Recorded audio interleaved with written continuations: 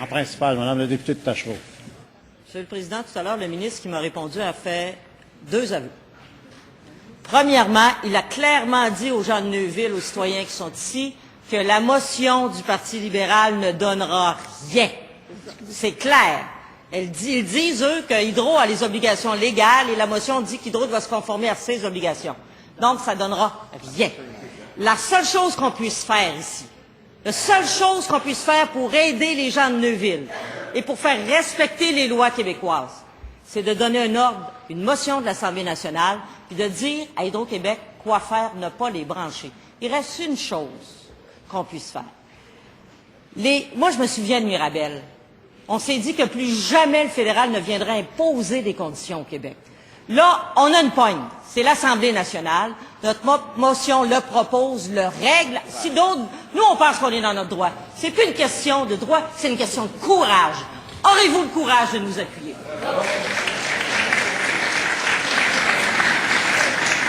Monsieur le ministre délégué aux Finances. Monsieur le Président, on va refuser de jouer dans la pièce de théâtre qu'essaie de monter la députée de Tachereau.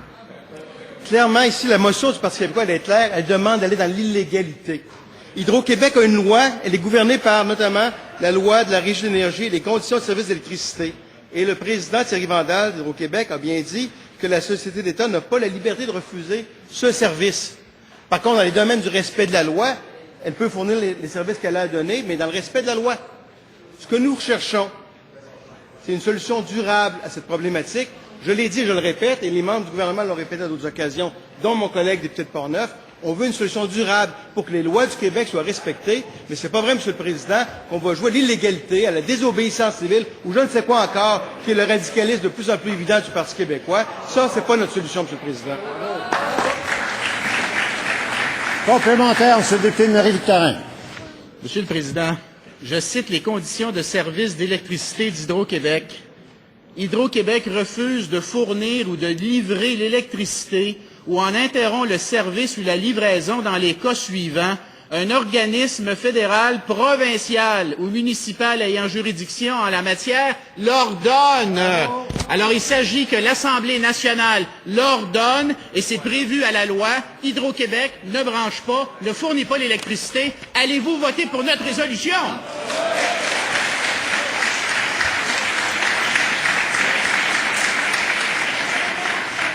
Monsieur le ministre délégué aux Finances. Je regrette, Monsieur le Président, que le député de Tachereau et le député de Marie-Victorin nous disent aujourd'hui qu'il ne faut pas respecter les lois. Le Parti québécois et l'Assemblée se doivent de respecter. Monsieur le Président. S'il vous plaît. S'il vous plaît. S'il vous plaît, vous prendrez un peu plus de temps pour regarder chacun de votre côté les dispositions de la loi, de la loi qui a été citée, de l'autre loi qui est citée. Mais pour l'instant, on va écouter M. le ministre. Le député de Marie-Victorin peut bien faire l'interprétation qu'il veut, l'étirer autant qu'il le veut. La loi, c'est la loi. L'important, encore une fois, c'est de trouver une solution durable. Et le Parti québécois, comme législateur, a une responsabilité. Je sais bien qu'on s'habitue à voir notamment la chef de l'opposition officielle qui n'a pas la responsabilité de condamner clairement ou de dire qu'il faut condamner la violence avec clarté. Je le comprends, je l'entends et je l'observe. Mais, Monsieur le Président, c'est pas vrai qu'on ne respectera pas les lois. Nous avons une responsabilité envers l'ensemble des citoyens du Québec. Principal. Principal, Monsieur le député. Complémentaire, Monsieur le député de... Je crois qu'un jour, un député ici en cette Chambre allait attaquer la souveraineté du Parlement, Monsieur le Président, mais là, ça vient d'arriver. J'en reviens pas.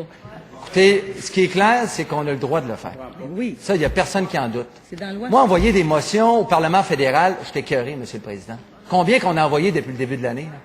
Combien, là, qui sont même pas retournés? On n'a même pas d'accusé de réception. Là, on a un geste à faire pour les gens de Neuville parce que c'est nos terres. C'est à nous que ça appartient. Ils l'ont fait à l'encontre de nos lois. Est-ce qu'on va se tenir debout avec les gens de Neuville aujourd'hui? Monsieur le ministre délégué aux Finances. Monsieur le Président, on a une responsabilité de faire des lois au Parlement. On n'a pas la responsabilité de faire violer les lois. Ça, c'est une différence très importante, Monsieur le Président. Et encore une fois, j'appelle à la cohérence de l'opposition qui demande au fédéral, avec nous, de respecter les lois du Québec, de faire en sorte qu'on respecte aussi les lois ici. Monsieur le Président. S'il vous plaît. S'il vous plaît. Veuillez terminer, Monsieur le ministre. Monsieur le Président, c'est assez évident, les jupons dépassent, les masses sont tombées. Encore une fois, le Parti québécois, c'est la chicane qu'on veut entretenir, c'est pas une solution viable, il n'y a pas de solution claire dans la proposition du Parti québécois. L'élément qui est clair ici, on va respecter les lois, on va travailler avec les citoyens de Neuville, les citoyens de Portneuf, avec mon collègue député de Portneuf, les autres ministres du gouvernement, pour trouver une solution qui est la bonne solution, Monsieur le Président.